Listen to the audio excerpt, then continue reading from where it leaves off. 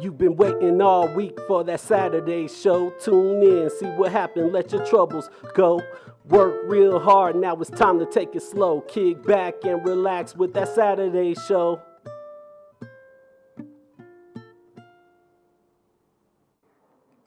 Good morning, Albuquerque, and welcome to That Saturday Show, brought to you by the Albuquerque Center for Peace and Justice.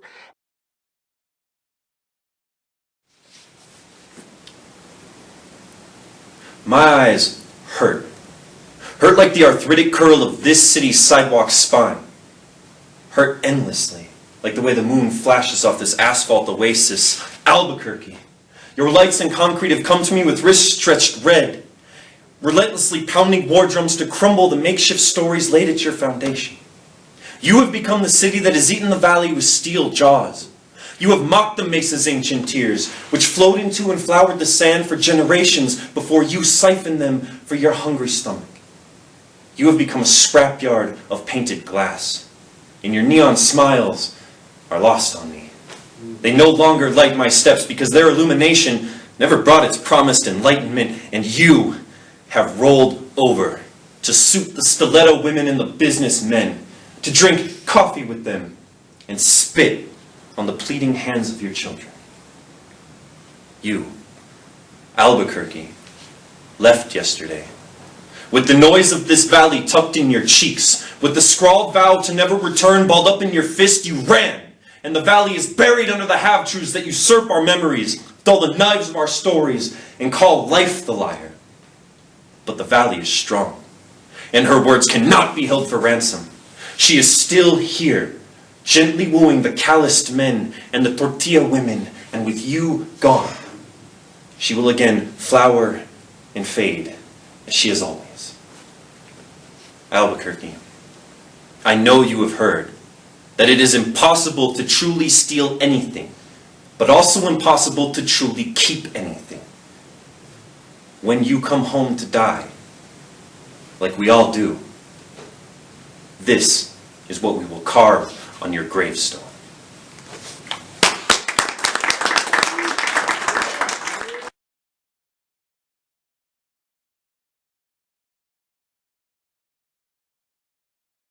We are back, and we are introducing a new segment today called Perspectives. And our first offering of Perspectives is going to be sponsored by the ACP.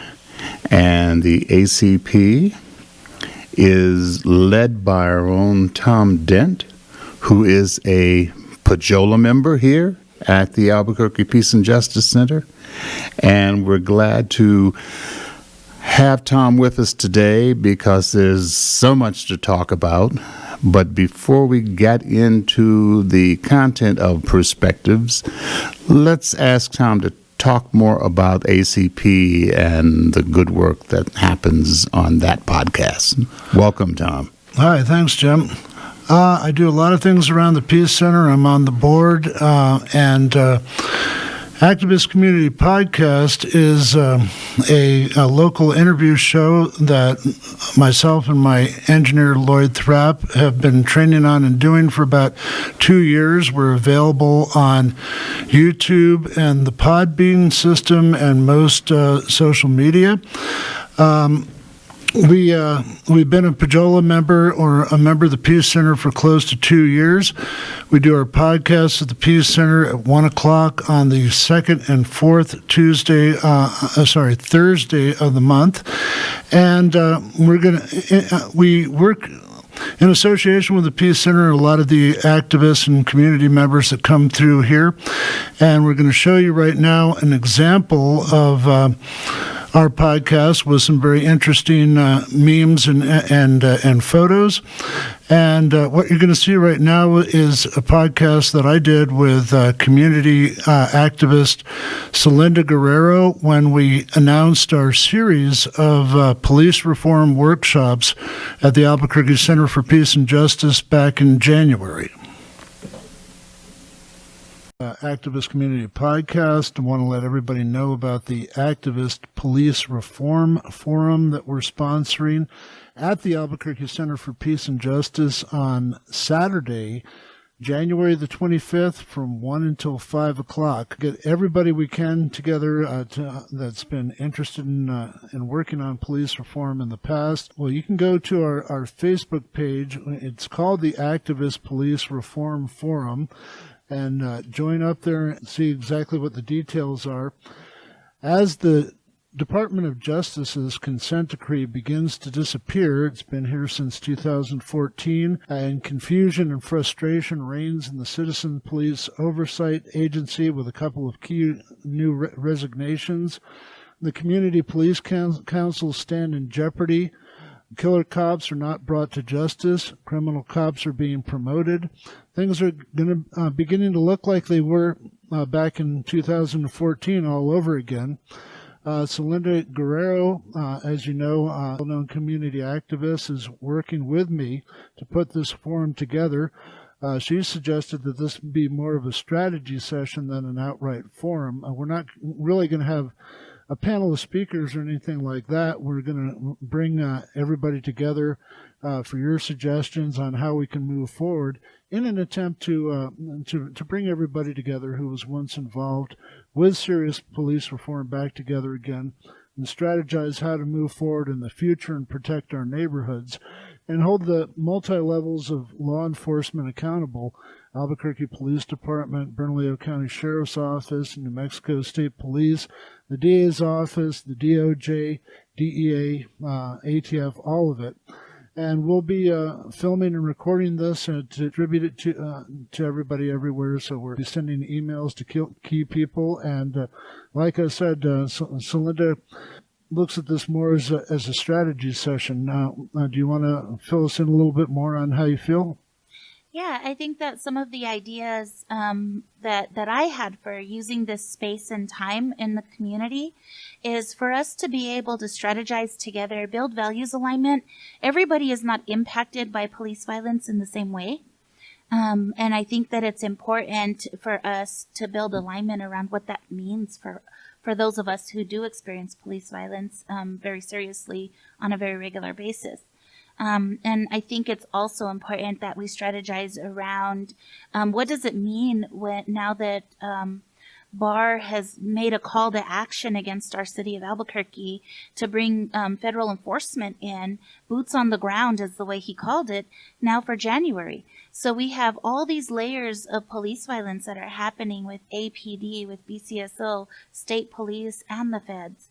So how do we in community who are the vulnerable community who are being impacted the most, how do we all work together throughout everybody to build values alignment around what police violence means for our community, and how do we strategize around how we advocate against police violence? How do we hold the police accountable, especially in conditions that we've seen with this mayoral administration, with the DOJ, with all of these layers of advocacy that we've haven't had much of an impact for those of us who still experience extreme police violence. So the idea is how do we in community come together, build values alignment, protect each other, build community defense, as well as advocate and work to build political power to be able to stop it from happening in the first place. Right, and I think I should have rewritten it as the police reform strategy session, and I should have expanded it a bit more, not just to say, let's bring everybody who was involved in the reform process and called for the consent decree to come to town and stuff like that, but people who've been working on other activist-based issues in Albuquerque, people from the neighborhoods that Celinda is outlining that are being impacted by this oppression and mass police presence. You know, it's like Celinda said, not everybody is directly impacted by this, but it is cyclic. It is the nature of this town. Extreme poverty, our lack of jobs, our poor education. Let's build from the bottom up and strategize how we can really rebuild and strengthen our communities and how we can protect each other. Thank you, Tom, for helping to create this space. I really appreciate it. Thanks, Linda. And once again, please come to our Activist Police Reform Strategy Session, January 25th. It's a Saturday from 1 until 5 at the Albuquerque Center for Peace and Justice, 202 Harvard Drive Southeast. Thank you. Thanks again, Tom. That is incredible information, and it's so contemporary because these issues continue to haunt us to this very day, and that means that the work that we've got in front of us has to continue. Thanks so much for that. So, Perspectives will offer a combination of contemporary issues and the historical background that ties directly to today's events. And we're talking today about what's going on with the inauguration, all the violence around that, how our local police and law enforcement play into this as a concern. And so we just want to have a good discussion, and we let the viewers know that the violence that is being threatened, the violence that we experienced and witnessed last week in Washington, D.C., is the very violence that threatens our communities here locally. And we encourage all of you to please be careful, be aware, and anything that you see, report it, because we want everybody to be safe. Tom?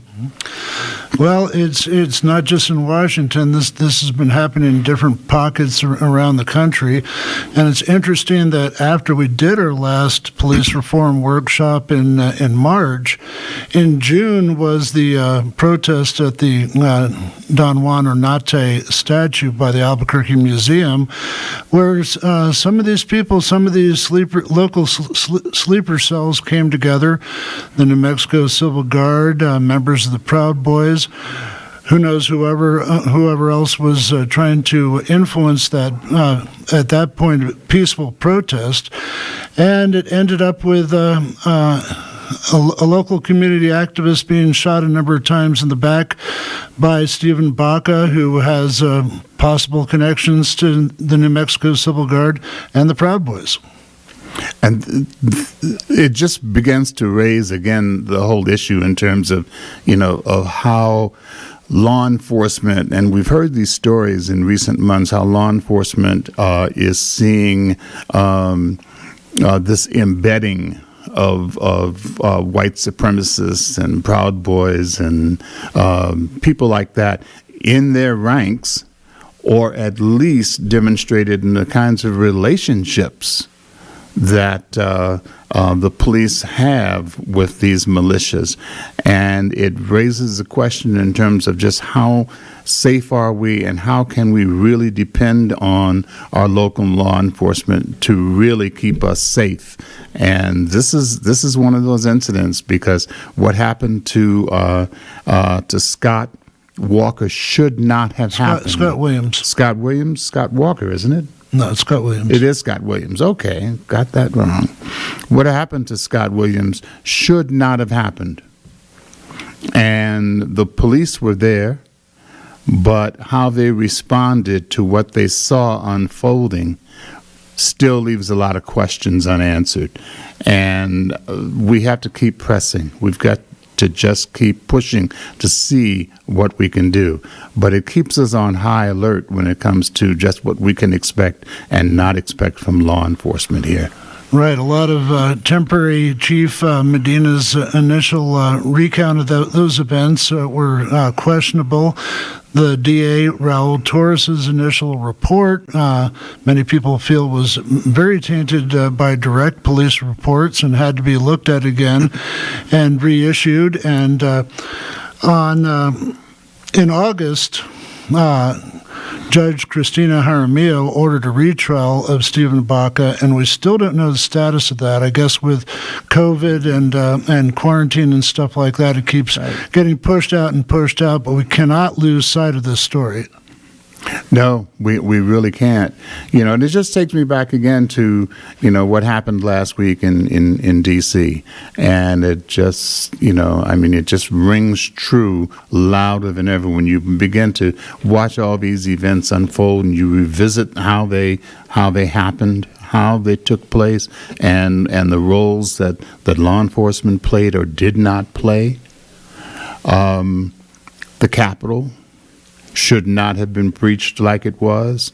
People should not have lost their lives like they did, But when you compare that to the Black Lives Matter demonstration that took place in July in D.C., it was a different story altogether. You had the military 6 and 8 deep, protecting the Capitol building from the Black Lives Matter demonstration, which I might add was a peaceful demonstration. But when you look at that, and then you look at what happened at the Oñate demonstration here, and how the police stood back, and they knew that the Civil Guard was on hand. They knew that the Proud Guard was on hand. Proud Boys were on hand. They knew these characters were out there looking for trouble, and they took no steps to prevent the kinds of things that happened there. It just leaves you wondering, I mentioned last week on the show about 2 justice systems, and this is the evidence that there are 2 justice systems that exist here. And Albuquerque is not exempt. New Mexico is not exempt. And we've got some problems that we've got to be vigilant about. Mm-hmm. And it goes even further back than that. I mean, you can trace this back to when President Trump, Agent Orange, did his first campaign rally here in Albuquerque at the convention center. There were, we know that the majority of the people, with his association with the religious right and the dominionists, that most of the people in the convention center and his audience were straight from the mega churches, from Calvary and Legacy, and a lot of these folks run in the same circle. Many Albuquerque Police Department officers, Bernalillo County officers go to Legacy and Calvary. A lot of these elements of New Mexico Civil Guard and Proud Boy have attended these churches in the past. And that's a problem. That's a problem. What happened to church, separation of church and state? Mm-hmm. It doesn't exist. And it's interesting that they had a rally here with Steve Smotherman, the pastor of Legacy Church, at an anti-masker rally that happened to include people from the New Mexico Civil Guard, certain people that were running for Republican offices, Cowboys for Trump, Proud Boys, and one thing that people forget that Smotherman said during that rally. He said, and when was that, like in September or so? He said, this is just the beginning of war. And that's just not an offhand statement. Look at what Giuliani said during Trump's speech before they breached the Capitol. He said this is, trial by combat. That's right. We have to do this with strength. They drop little hints over there. They have all sorts of little hand signals. And what they did in a lot of the demonstrations, like in Portland and Seattle, were relatively peaceful until vandals and government instigators, and then the unmarked type of border patrol type troops that were brought in there. That was absolutely ridiculous. We're in for a long run We are. We're in for a long run of violence and threats of violence, no matter how you look at it.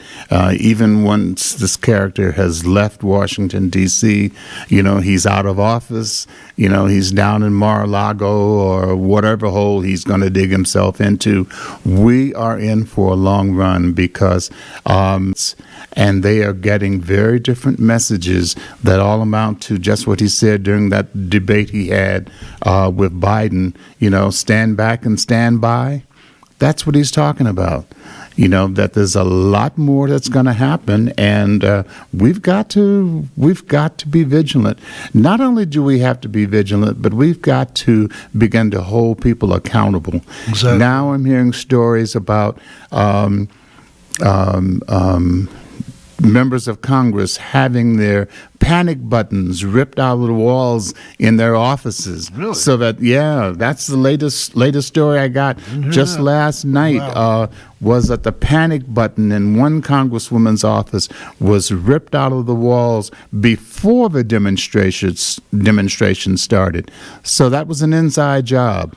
And you have this new representative who's a QAnoner who was taking people on tours and texting people of the locations of certain members of Congress's offices. That's inside insurrection. It sure is. It's a traitorous act. It is. It is. And so, again, we've just got to be very careful, because just like you've got white supremacists and cowboys for Trump infiltrating and becoming members of law enforcement agencies, becoming members of the military, serving in the National Guard even, and we saw what happened in D.C. That kind of reality still exists to this time, and we've got to root it all out. Right, and this is part of hardcore community activism. You need to stand up for the safety of yourself and your families, and hold these people accountable. That's absolutely right too. I'm on high alert at my house. I am, and I'm encouraging everybody else to do what you got to do to remain on high alert in your homes or in your travels around town, because you just don't know who's going to jump out and want to create an incident like we've seen and like we're guaranteed to see as we move forward.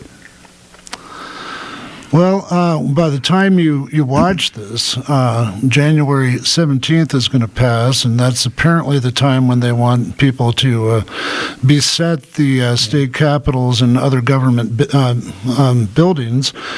Right after that is the 20th. I guess our show is right around the 20th or right after, and apparently they're on very high alert there. There's at least 20,000 National Guard forming a perimeter. They're doing metal detectors, no-fly zones, all sorts of things. A lot of people are saying that they'd probably be better off doing a virtual inauguration, but we do have to trust in the democratic system. We do have to trust that the process and our way of life wants to be upheld, and it's not going to descend into anarchy. And a lot of people say, well, one good thing about the impeachment is that if the Senate ratifies this, then Mr. Trump, Agent Orange, will not be allowed to hold a federal office again. He'll lose his Secret Service detachment. He'll lose all his retirement and benefits. And already a number of large corporations in New York City are divesting any interest with his holdings. And his property debts to Deutsche Bank and everything on the books is going to come back at him in about 2 years, and hopefully destroy him financially, depending on what is it, the Southern District of New York City, and how they take that up and how they prosecute it. And there's other rumors that if you have this little, and it's not that big a deal. Well, it is a big deal. It's hard to frame this. I mean, percentage-wise, it's not a lot of people, but you got to recognize that if it's 20% out of 42 million people that voted for him, there's evidence of direct people with direct military training and organizational ties. So what am I trying to say here? Keep your guard up. I highly doubt there's going to be a civil war, but these people are not necessarily going to go away. I mean, they're still giving half-truths or total lies on Fox and OANN, and apparently there's this new right-wing show called Newsmax, and there's rumors that Trump may actually be the producer or a frequent guest on this program. So, he may not be able to campaign that much or raise that much money, but he's still going to be a talking head reality host. Yeah, so don't be fooled, don't be lulled into comfort. Even if Trump goes away and you never hear from him again, believe me, the damage that's been done is going to be around for a long time. Elected public officials, Yvette Harrell down in Las Cruces, dangerous. She's a dangerous woman. She's one of those who voted to overturn the election. And she's a member of the United States Congress. And she's got a long and questionable history all by itself. But just keep in mind, the South is still fighting the Civil War. And that's something that they just cannot let go of. They're still fighting the Civil War in this country. You saw the presence for the first time in history of the Stars and Bars in the Capitol during the insurrection by the terrorists last week. It's never happened before, but it was intentional. The South is still fighting the Civil War. They're determined to change the course of history. When Ayanna Pressley's office in D.C. found out that the panic button had been ripped out of the office when they were trying to seek shelter there, and we know that there were private tours being conducted in the Capitol the day before, which were illegal, I might add, because all tours had been suspended for some time now. And yet there were people being guided around the Capitol. Well, the folks who provided those tours need to all be called up on charges and held accountable. There's a lot of accountability that extends not just to Trump, but to a lot of his minions, people who are holding public office. This new crazy woman from Florida, from what's that group called? QAnon? The QAnon group. She's in office. She's a member of Congress now. And she's representing people who think just like her. And there's members of QAnon in town. There's people that we used to work with on during the Occupy movement who switched to crazy thought with QAnon. But on the local level, that's another thing to be concerned about. I mean, even these Republicans that voted for impeachment and Mike Pence, I mean, they're being threatened in their hometowns, in their home district with violence. So and on the other hand, the people that voted against the resolution. I mean, we need to have campaigns in their districts to force them to resign and get them out of office. We do. We've got to move quickly, because if the law is going to be on our side, if we're going to win this battle, we've got to root them out wherever they are. Everybody that has done something that has been complicit in any of this stuff going forward has got to be held accountable, and we've got to find them. So if you know of somebody, just like that young lady, that 18-year-old girl who turned in her mother, her uncle, her aunt, for participating in the insurrection last week in D.C., other people need to do the same thing, because people have got to be called to account. They really do. And the perpetuation of this lie that Trump has put out, that he still won the election, that's a dog whistle. That's what it is, a dog whistle for overthrow of the government. That's sedition. And that 138 members of Congress who voted to overturn the election, they should all be expelled from Congress. They really should, because they've committed sedition as well. Crimes against the government, crimes against the people of the United States. crimes against democracy. They're all guilty, and they all should be held accountable. And that starts with kicking them out of Congress. And, I just find it amazing that, that one Congress member that was up during the impeachment debates was talking about it's time for healing. How do you heal? How do you heal when you don't have justice? Healing starts with justice. And if we can't get justice, there can't be any healing. And it's up to all of us. We have to be vigilant. We have to be involved.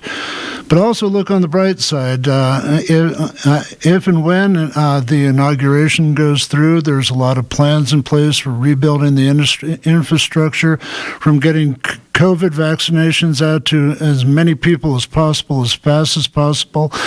And that takes involvement. I mean, it's not just going to be Biden or Kamala Harris. I mean, we all have to be invested in making sure that these programs and these actions and rebuilding a better, healthier America happens. We have to be in there. We all have to work together.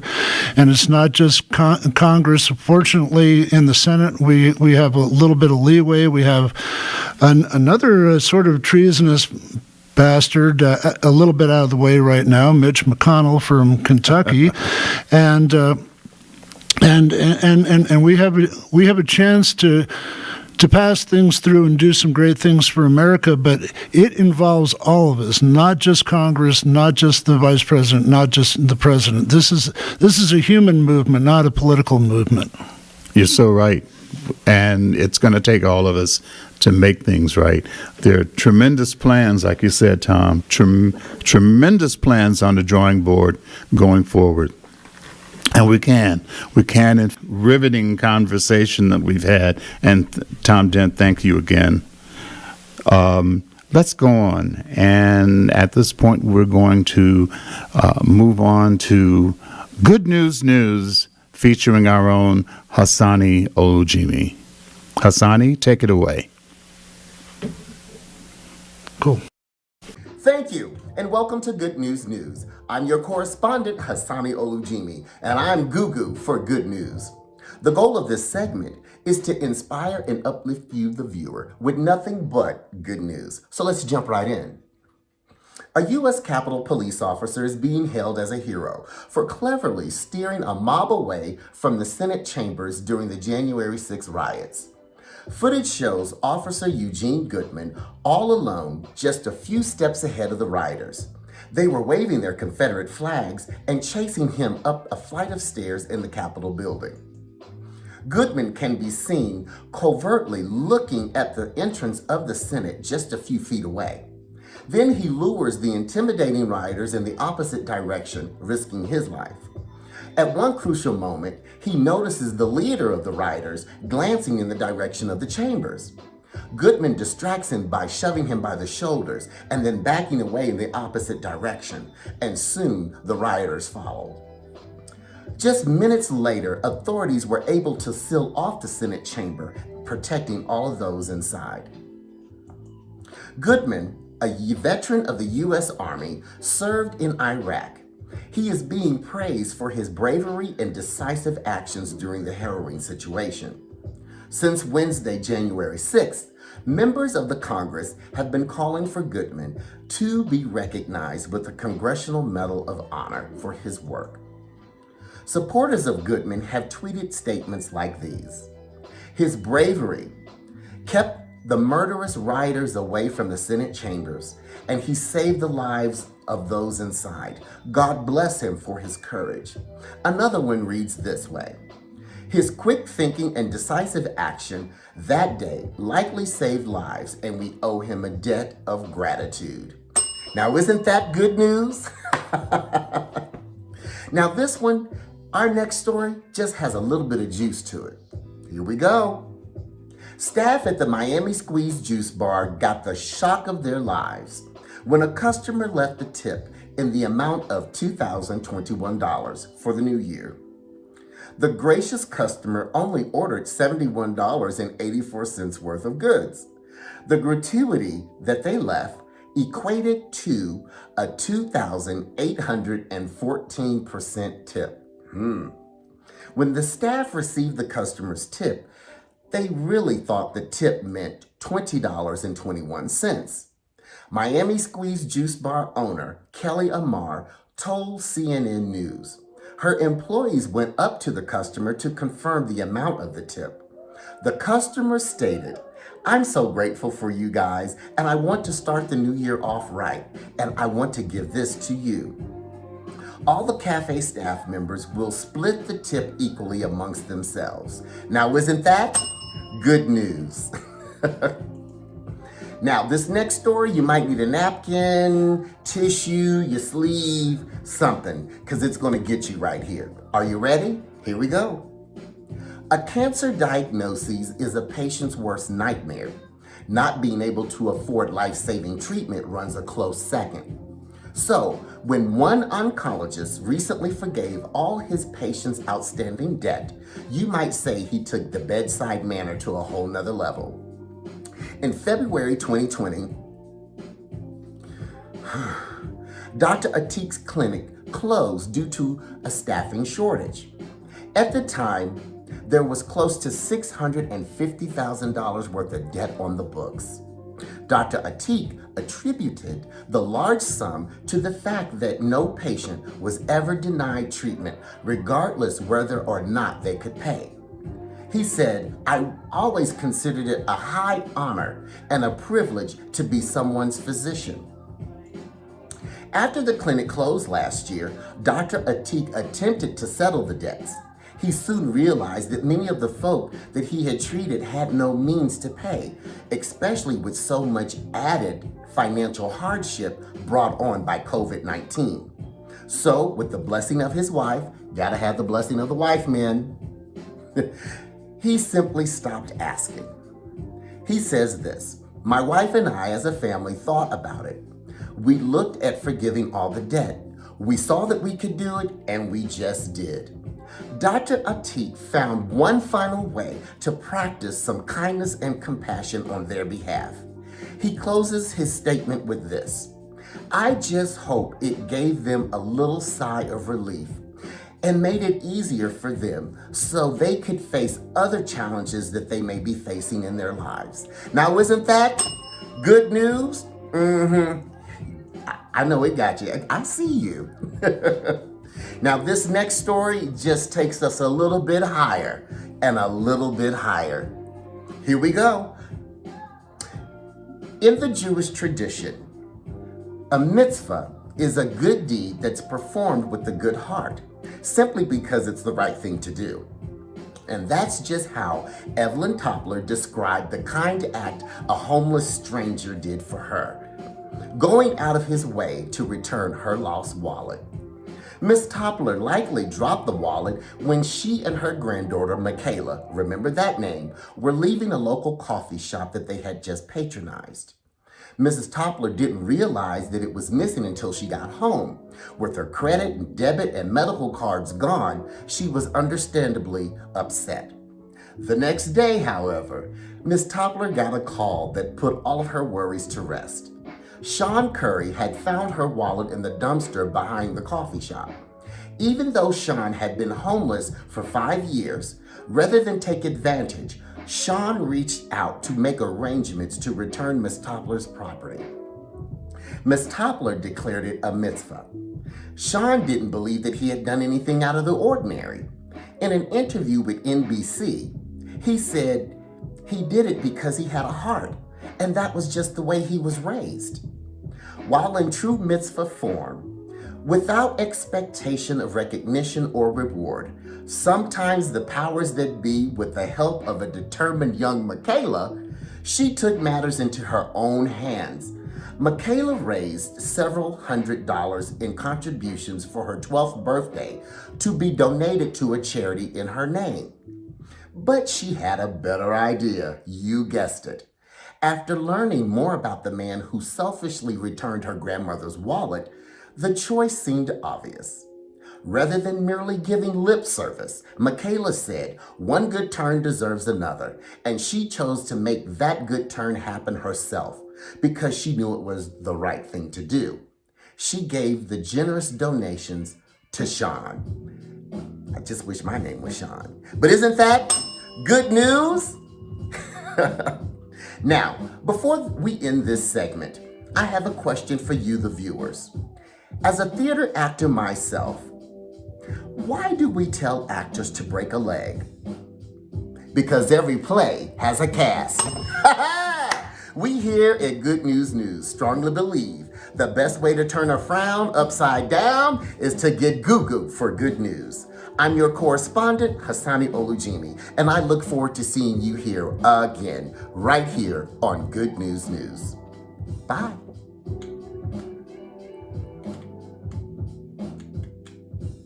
In the coming weeks,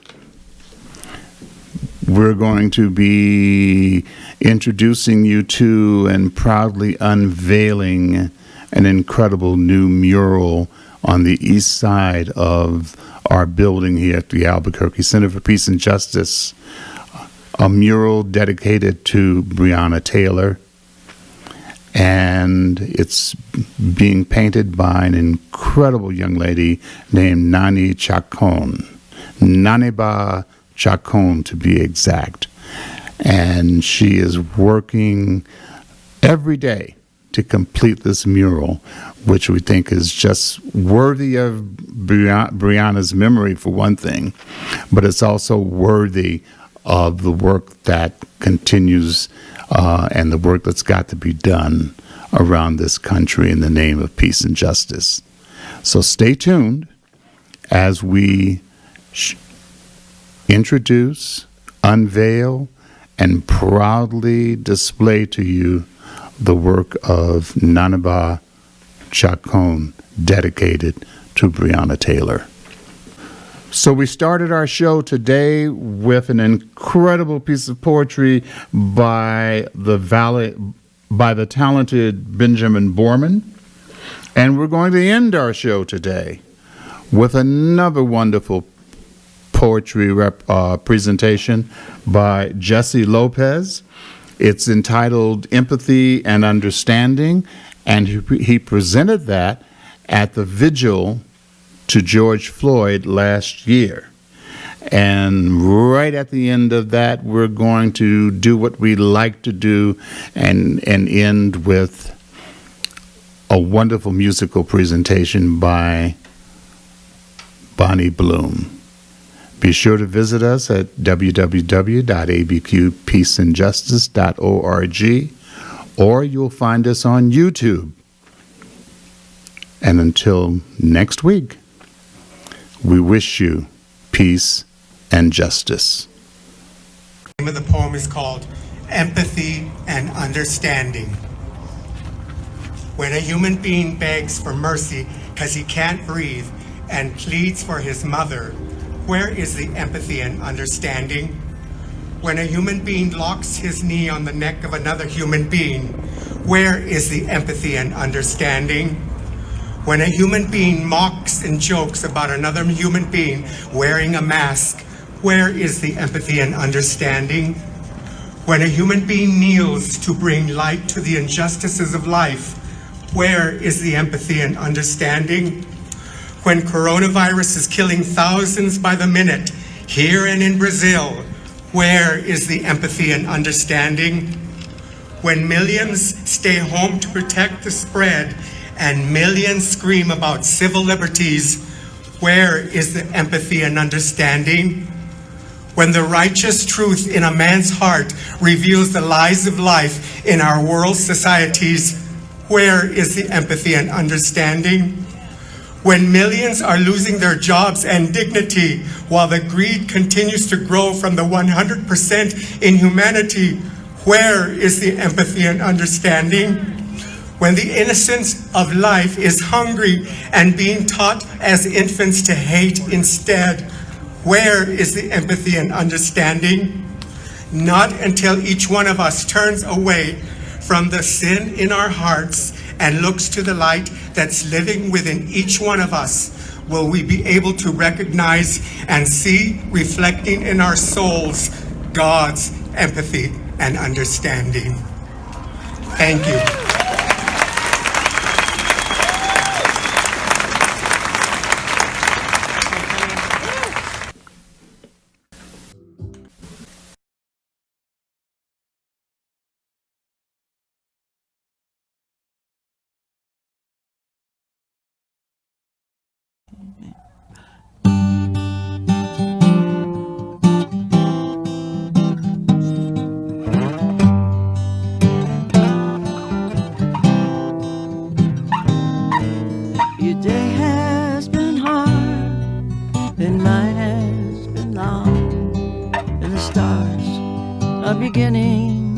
to shine.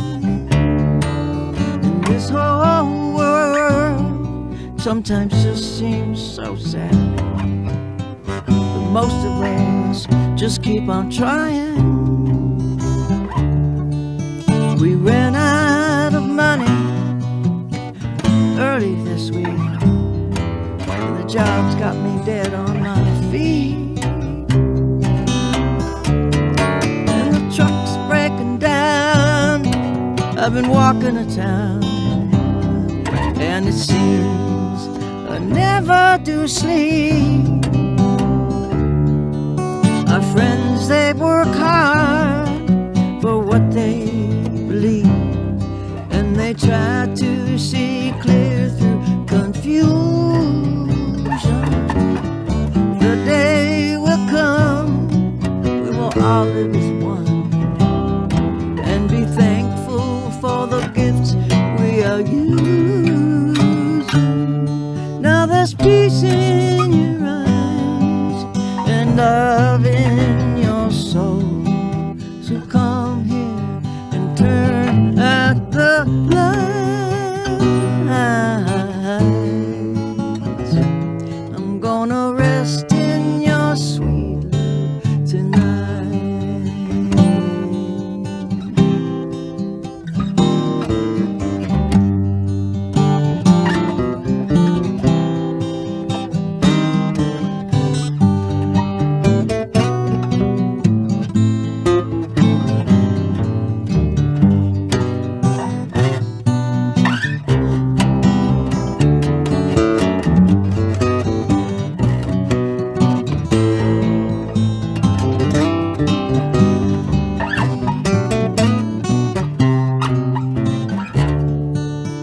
Now some people say that money is king, and that love is just a passing emotion.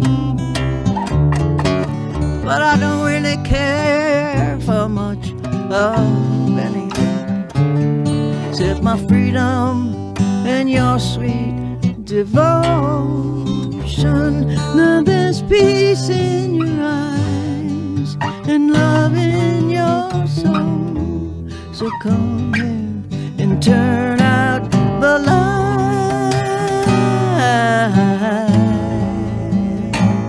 I'm gonna rest in your sweet love tonight. There's peace in your eyes and love in your soul. So come here and turn out the light.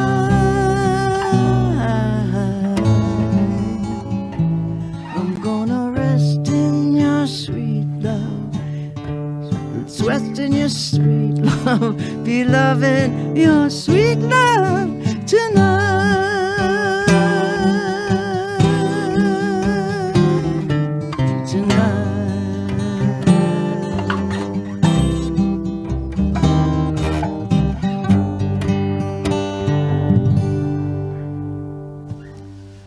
Well, welcome to our little house here, our little down home place.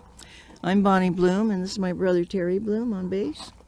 And Mike's filming us, and I hope everybody's doing good who's listening to us. We're going to do another song that I wrote. These are all songs I wrote. It's called It's the Heart. Do you want to do that? Good. Okay. Ready? In G, right? Mm-hmm. Okay. I wrote this song one of the first songs I wrote when I got to New Mexico. I wish I was just a simple-minded fool, living alone somewhere in a mountain shack. 'Cause if I was, I wouldn't find this world so cruel, and I could burn this madman's road map. Sometimes deep in the night, when reason eludes my mind, I find myself back on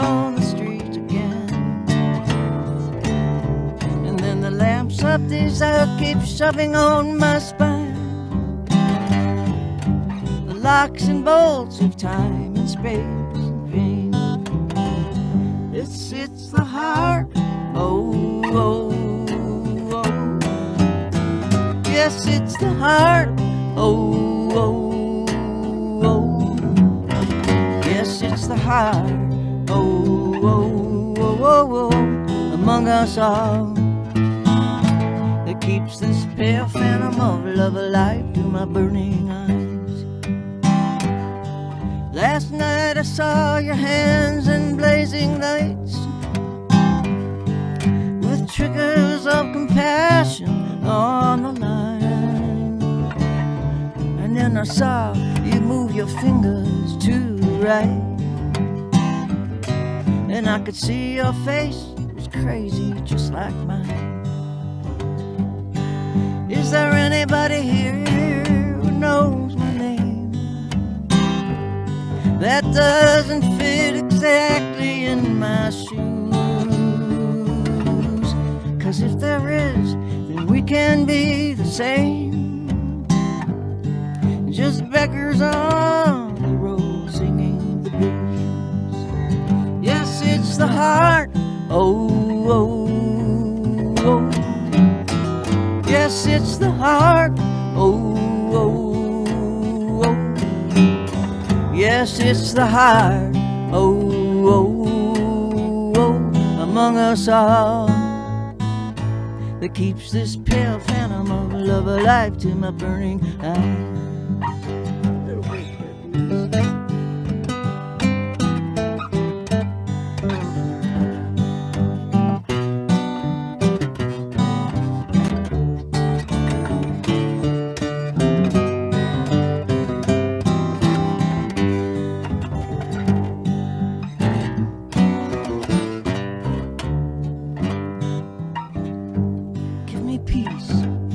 And solitude and love,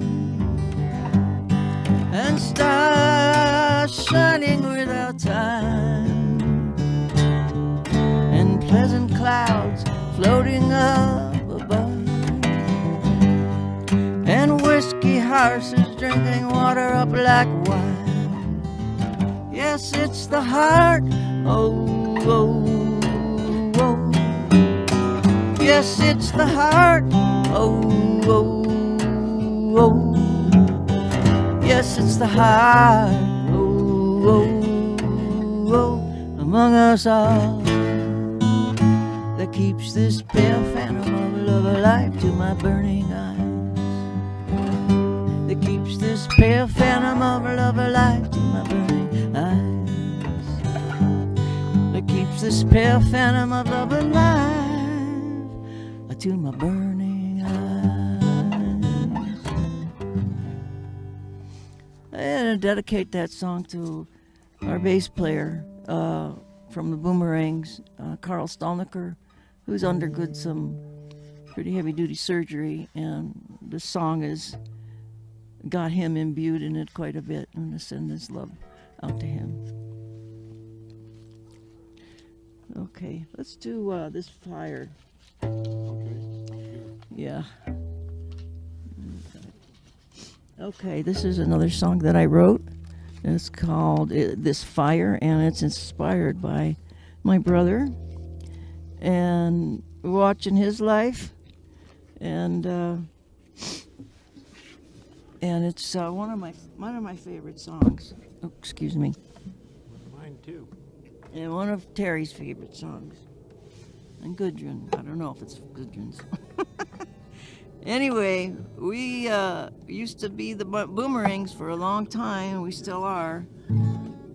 And we've played lots and lots and lots of benefits for the Peace and Justice Center in the olden days. So this was written probably one of those times back then.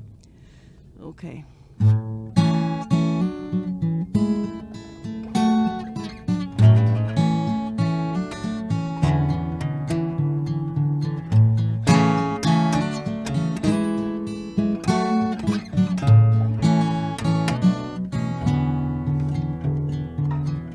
This heart of mine seems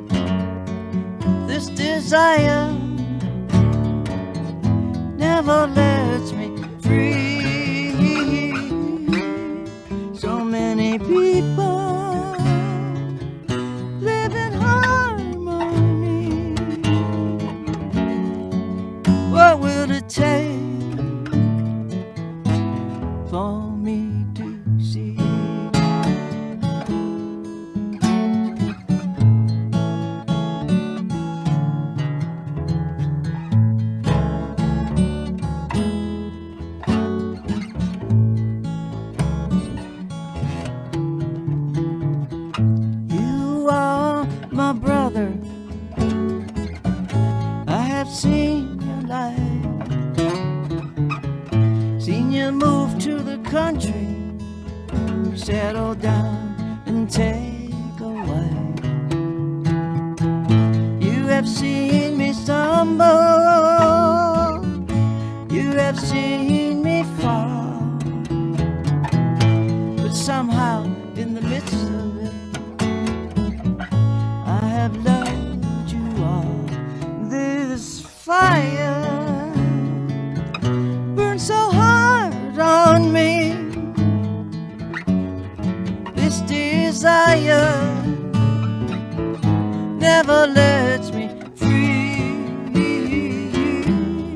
So many people live in harmony. What will it take for me to see?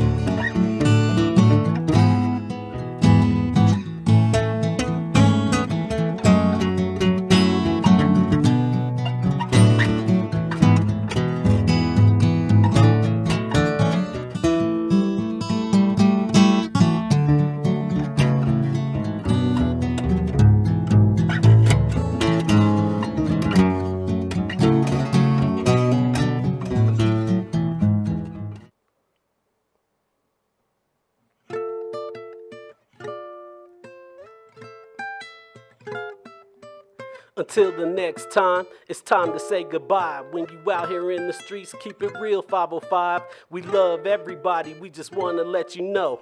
Thanks for tuning in to that Saturday show.